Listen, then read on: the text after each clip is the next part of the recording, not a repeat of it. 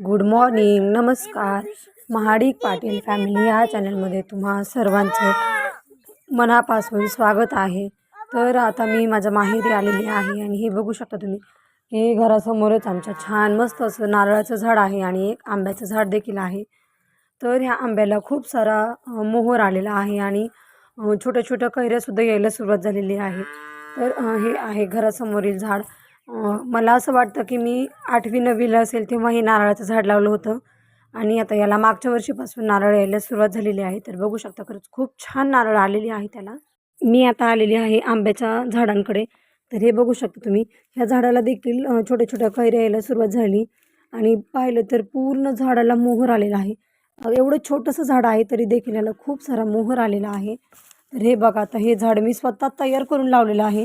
मला झाडं लावण्याची खूप आवड आहे आणि मला अशी एक सवय होती की मी माझ्या प्रत्येक वाढदिवसाला दरवर्षी एक झाड लावायची.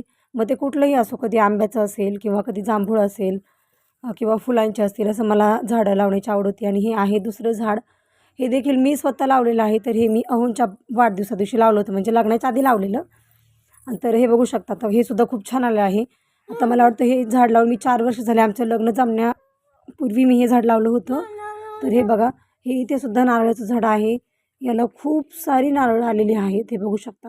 आणि हे मागच्या वर्षीपासूनच नारळ यायला सुरुवात झाली आणि मी 10वीला असताना हे नारळाची झाडं लावली होती. तर पप्पांनी 15 ते 20 नारळाची झाडं सरळ एका लाईनमध्ये लावली होती, पण यामधील 5 ते 6 झाडं आली. बघा, खूप छान अशी नारळ आलेली आहेत. हे झाडसुद्धा मी माझ्या वाढदिवसा दिवशीच लावलेलं होतं बघा. आता हे पण मी घरीच रोप तयार करून लावलेलं. मला वाटलं सुद्धा नव्हतं की जे मी घरी रोपं तयार केली त्यांना खरंच कैऱ्या येतील, म्हणजे आंबे वगैरे येतील. तर हे बघा, एवढा मस्त असा छान मोहराला आलेला आहे आणि याचा खरंच खूप भारी वास सगळीकडे सुटलेला होता. तर तुम्ही बघू शकता की मी एवढी खुश आहे हे सगळं बघून. मला खरंच खूप आनंद होते. आणि हे इकडे बघा, आईनं थोडीशी वांग्याची रोपे लावली होती, काही टोमॅटो वगैरे होती आणि कुठे कुठे कोथिंबीरसुद्धा तिने लावली होती. आणि इकडे बघा मिरच्या.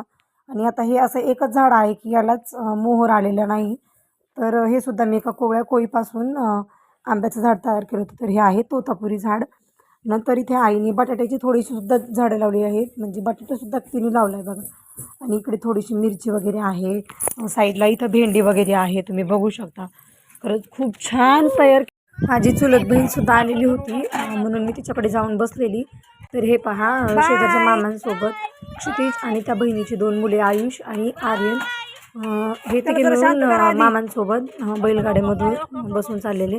तर हे बघा, आता मी म्हटलं हे शूट करूया, मला अचानक दिसले म्हणून मी शूट घेतलं आहे. क्षितिज मामाच्या गावाला गेल्यावर खूप मनसोक्त खेळतो, कारण तिथे बाहेर गाड्या नसतात म्हणून त्याला छान खेळता येतं. तो खेळत खेळत माझ्या एका चुलत्यांच्या घरी गेला. तर आजीने त्याला खायला काय देऊ असं विचारल्यावर त्याने बिस्किट मागितलं. तर बघा ना, त्याचं नशीब किती चांगलं आहे, त्याला आवडणारं हॅपी हॅपी बिस्किट तिथे भेटलं.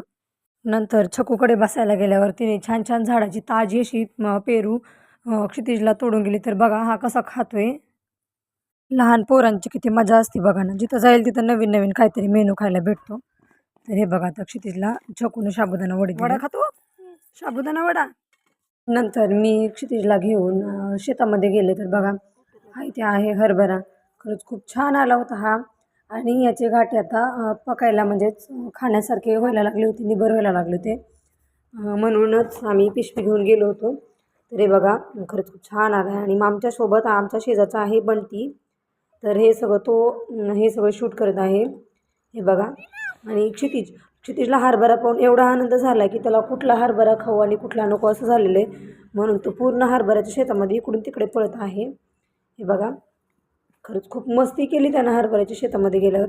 आता हरभऱ्याला आम असते, मग त्याचे पाय खाजवायला लागले, हात खाजवायला लागले, तरीसुद्धा तो इकडून तिकडे पळतच होता, कारण त्यानं एवढा हरभरा असं पहिल्यांदाच पाहिला होता.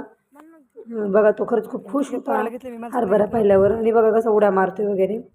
हे बघा, तो पळता पळता 1-2 जागी पडलासुद्धा, पण तो पळायचं काही थांबत नव्हता. खूप एन्जॉय केलं क्षितूने. आणि हे बघा, घरासमोरील चिंचेच्या झाडाला एवढ्या साऱ्या चिंच आल्या आहेत. हे बघा, इथं पांढऱ्या कलरची गाय आहे, ती जी माझी फेवरेट गाय आहे आणि तिचं नाव आहे ढम्मू. मी खरंच व्हिडिओ बनवण्यासाठी खूप सारी मेहनत घेत आहे, त्यामुळे तुम्ही चॅनलला लाईक करा, सबस्क्राईब करा आणि शेअर देखील करा. धन्यवाद.